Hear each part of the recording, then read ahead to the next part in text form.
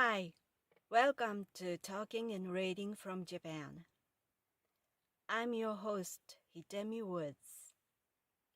Here, I'll read an episode from the books I wrote and talk about it or anything I feel like talking to you. I hope you enjoy with me. Today, I'll read an episode from one of my memoirs I wrote, which title is The Girl in Kyoto.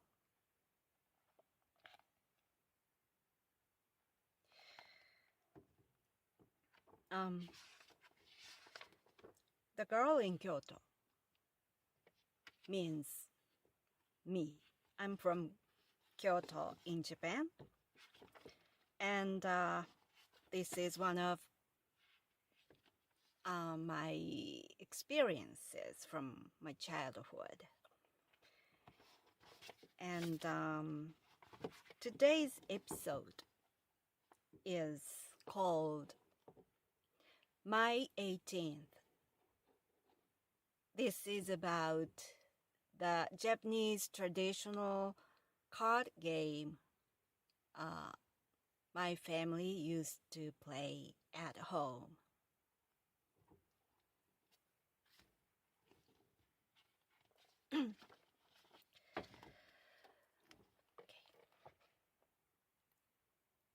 My 18th.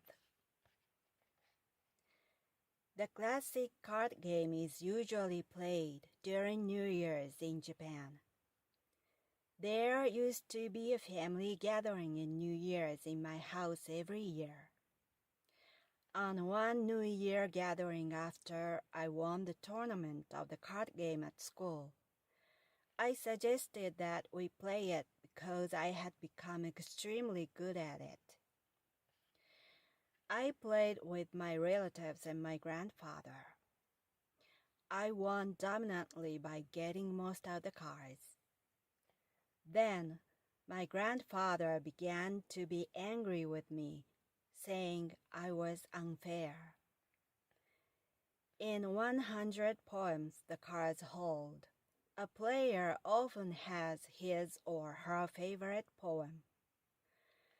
It's considered that person's specialty, called my 18th in Japan. No player other than that person can take the card on which his or her favorite poem is written, even if the card is right in front of you. Other players concede it by letting the person pick the card on purpose. They say it's an unspoken rule of the game. I ignored it and just kept taking as many cards as I could, whether it was somebody's 18th or not, because to me, the game was a matter of memory and speed. With my grandfather, my relatives also began to complain.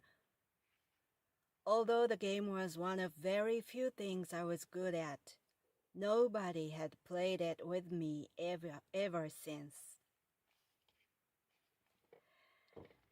That was today's episode. This is about the Japanese traditional card game. It's called 100人一首 in Japanese. I think I have talked about it here before, but it's an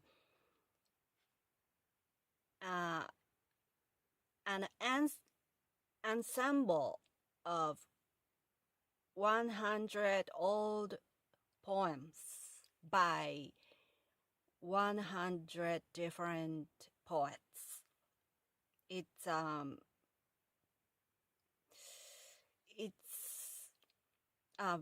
pretty old poems. It's was comprised about during the 13th century or so. And those poems had become a card game in Japan. And 100 poems are written on each card. Only those poems are a long version of haiku. And the cards are the cards are 200 cards in total, because there are two different kinds of cards in one set. One kind, a part of 100 cards is for reading, and the other part is for taking. I mean picking. So those 100 cards for picking are have only the latter half of the poem. The latter half of poems are written on each card, and those are arrayed in front of you, in front of players. And the reader reads another part of another set of 100 cards, on which only the first part of the poem is written on each card. So, to pick a card, a corresponding card, fast and correctly, you need to remember the whole poem. So, the minute a reader reads the first section of the poem, you recall the latter half in your brain and search for it among the cards that are scattered in front of you and pick the corresponding one. So the memory and speed is the key to win this game. And for some reason, I was really good at it. And of course, I remembered all those 100 poems completely. So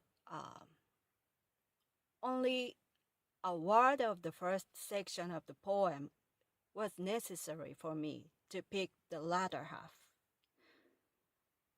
because the first word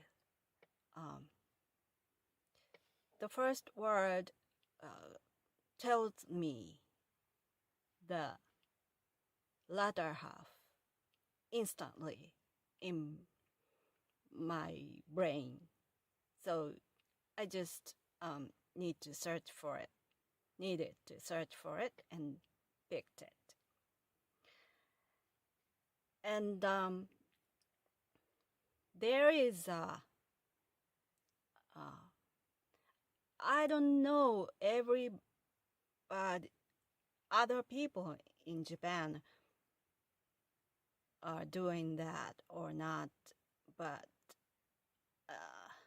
at least my family or my relatives who lived quite rural in a rural area in Japan had a specific unspoken rule for the game, which it's a kind of gentleman's agreement that someone's favorite should be considered, and even if you can be the place to pick it, you shouldn't pick it, because you should let other competitor to take it. Let other competitor take it, because it's her of his favorite, and it's called one's 18th.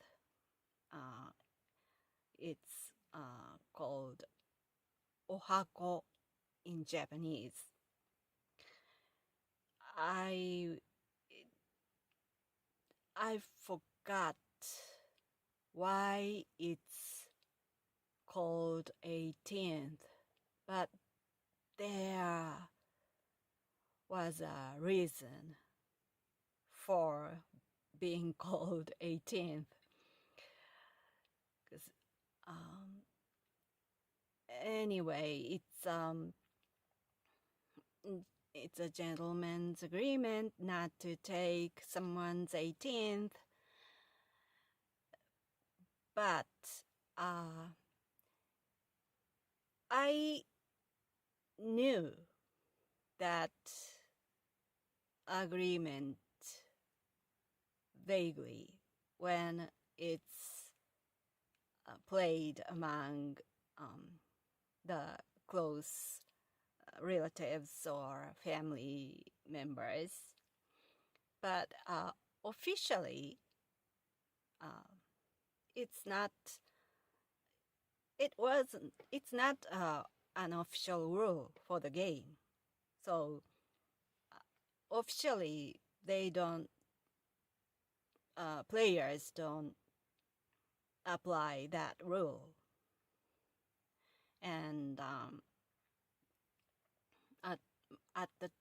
in the tournament that was held at my school,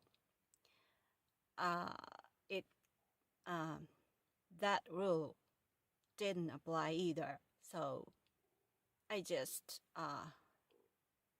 players was able to pick as many as they could. And although I knew that very local, my family's specific rule not to take someone's 18th, I ignored it, because once I absorb in something, I was absorbed in something, or I got into it. I get into it. I tend to forget those considerate rules or anything. I just tend to stick to what I am doing. So I forget I forget about anything other than my competing. So when I played with my relatives and my grandfather for the first time, I ignored that rule, and I just picked and picked and picked and showed how good I was. And people started complaining to me of ignoring their 18th. And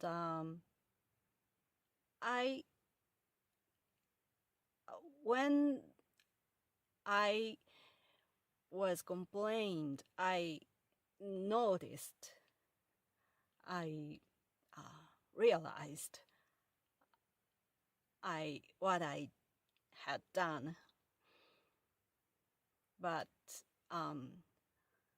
to me, it was more important to win the game, because I was, at that time, I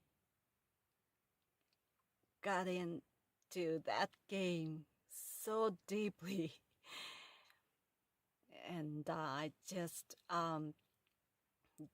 couldn't see anything around me, let alone those 18ths or anything. But my grandfather, when I picked one card, I had never played that game with my grandfather until then. And so when I played with them, and I picked a certain card as usual, he suddenly exclaimed that it's my 18th. What are you doing? And it was so funny, because I just played the game ordinarily. It's the usual way, the right way. It's the right way to be played. So I just doing the game, and he suddenly interrupted me, and the reason of his interruption was that card was his 18th. And I didn't concede it. I didn't concede it to him. I didn't hand it to him. I said I picked it before he picked the one. And in my theory, if he loved that poem so much,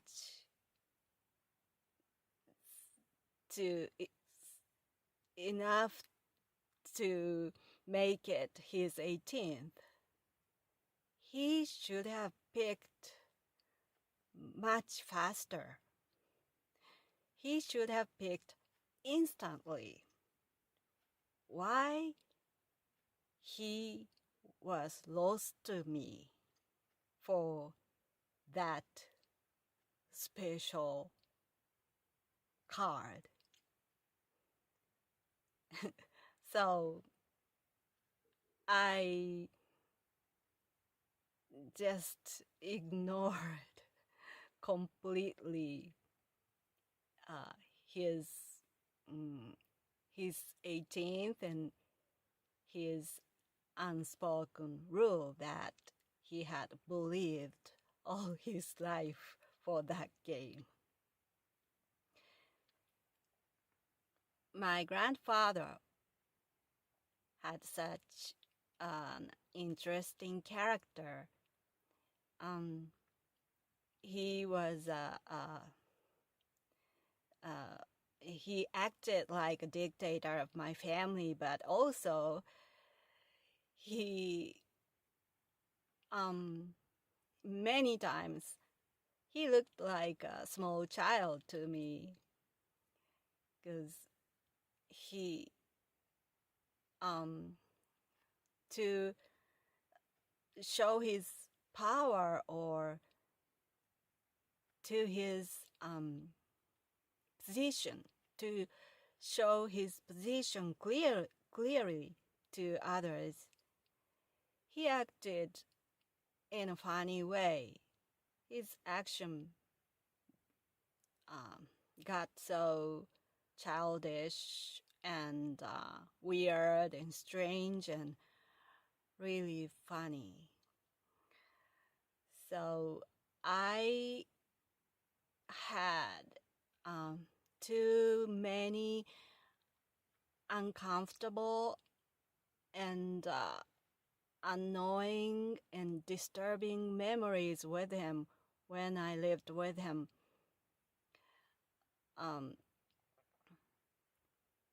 But looking back, they were such funny memories of my childhood. All right, that's all for today. Thanks for listening. I'm Hidemi Woods. I hope you come back soon here and join me my reading of the episodes or of my childhood experiences. And if you are interested, you can visit my website, hidemiwoods.com, HIDEMY woods.com, where all the links are available to all books I wrote, all songs I wrote, and even merchandise I designed, and SNS and podcasts and blogs. So if you're interested in other materials of mine, please feel free to visit there. Well, thanks again. Until next time,